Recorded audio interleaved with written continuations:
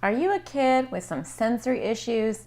I'm going to explain to you what sensory issues are and how you deal with them. Stay tuned, that's what's up next.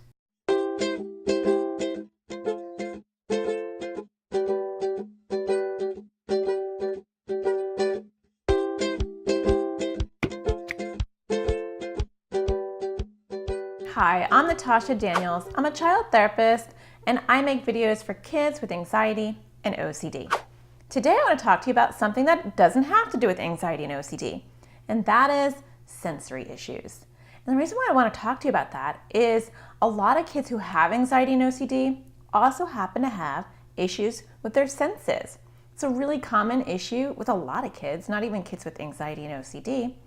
And I want to explain to you a little bit about what it is that you're feeling and how you deal with it. So for starters, to be very simple, when you have sensory issues, you're either too sensitive or not sensitive enough to the things around you. So that can affect the way you hear things, the way you smell things, the way you taste things, the way you see things, the way you feel things. Did I already say that? So sometimes that can be really overwhelming, and sometimes that can actually cause you to feel nervous and anxious. Or if you already have anxiety, it can make you feel more nervous and anxious. So I'm going to quickly go through all the senses and what things you can do to kind of survive that. The first thing we have to figure out is what's on your sensory plate. What's your main dish? What are some of your side dishes? In my house, some of my kids have really supersonic noses. They can smell from miles away. I have one kid who has a supersonic mouth.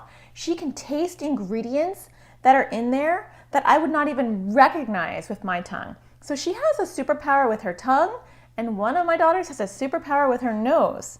What's your superpower? Sensory issues don't have to be a problem once we get them under control. So you want to figure out what's on your plate. Do clothes bother you? Do sounds bother you? Do things in your mouth bother you? Does all the chaos around you bother you? Does your body bother you? What's on your plate?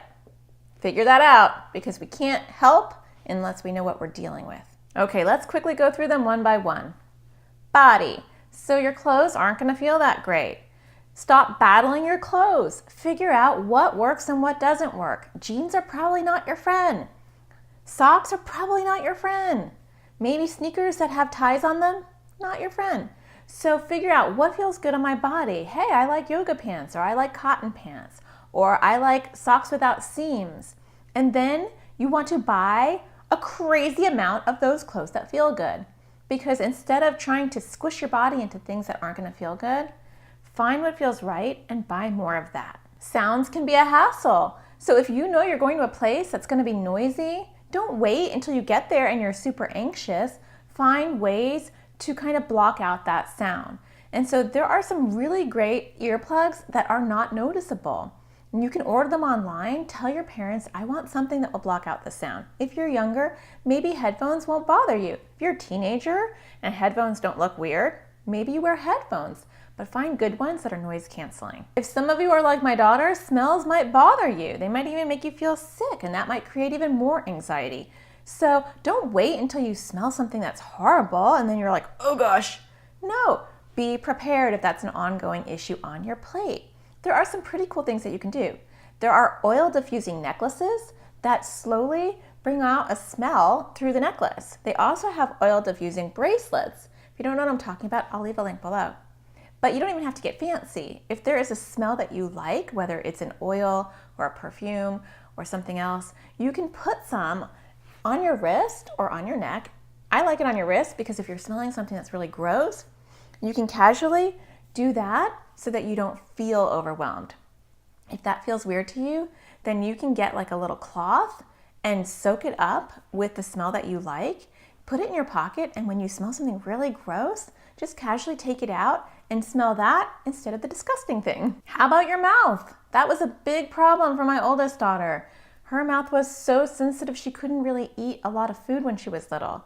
Do you have an issue with textures? Is that bothering you? Well, there are many things that you can do. For starters, you can get a vibrating toothbrush and you can use it kind of as a toy, because when you vibrate your mouth all the time, you start to desensitize it. That's a fancy word for get used to it. So you can use your vibrating toothbrush and dip it in fun things that you like to eat, like sauces or ketchup or ranch or chocolate. And that way it's kind of a fun thing that you're vibrating your mouth, but you're also doing some therapy for your mouth. Also, figure out what textures you do and don't like and slowly start to push it. So if you really don't like chewy food, maybe you try one chewy food a day, maybe just a small piece.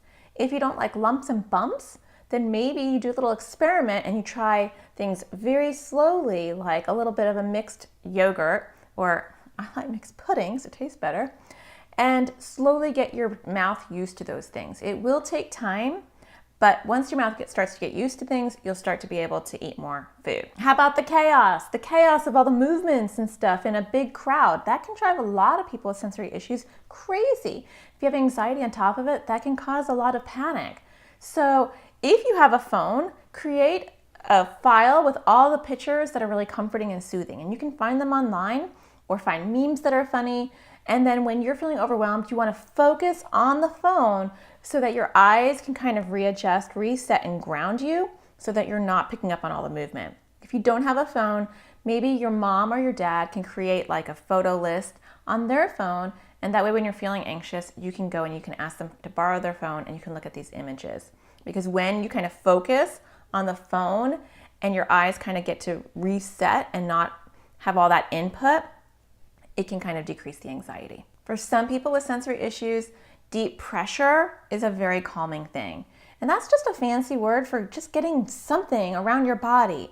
So if you're feeling kind of anxious or overwhelmed, sometimes a bear hug from your mom or dad can help. So go ask your parents for a bear hug and let them know that that makes you feel calm.